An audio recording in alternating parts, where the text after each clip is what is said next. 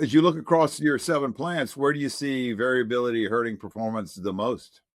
Honestly, I think it goes back to leadership. I think variability in applying known leadership practices. So, and this is within my region, and I think across the company, we have similar equipment. It's not all the same, but very similar equipment, similar processes, similar raw materials.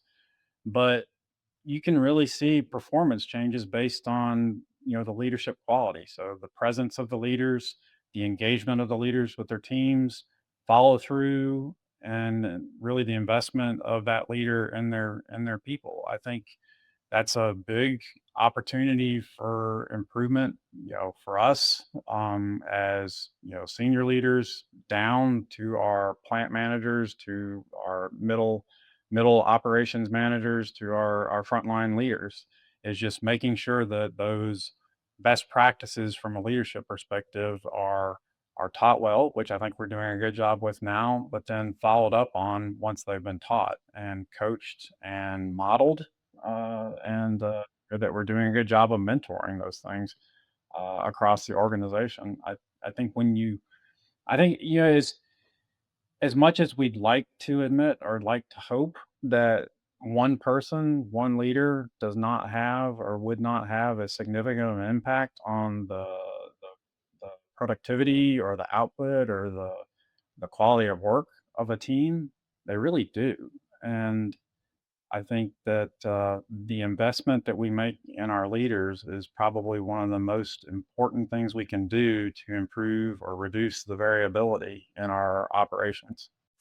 That's awesome. I'm just smiling as I'm hearing you say this because that is a huge, in my experience, also a huge source of variability.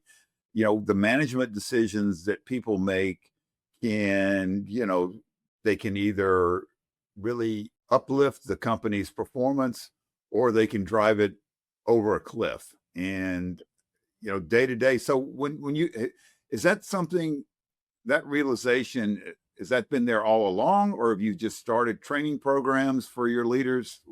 What are you guys doing along those regard in that regard? Yeah, I think as far as from my employer, it's certainly something that we've been doing for several years now.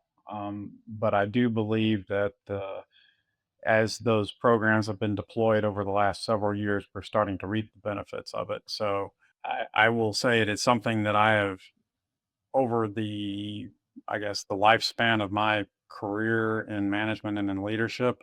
It's certainly something that's been very clear to me. Going back to my comment before, if you have the right leader in place, that treats their team with dignity and respect, that is invested in their development and their growth, I think that goes a long way towards helping to improve the productivity of that team, to reduce the variability and flow. So I think that's been clear to me. And certainly the longer I've been in leadership, the more clear it has become to me.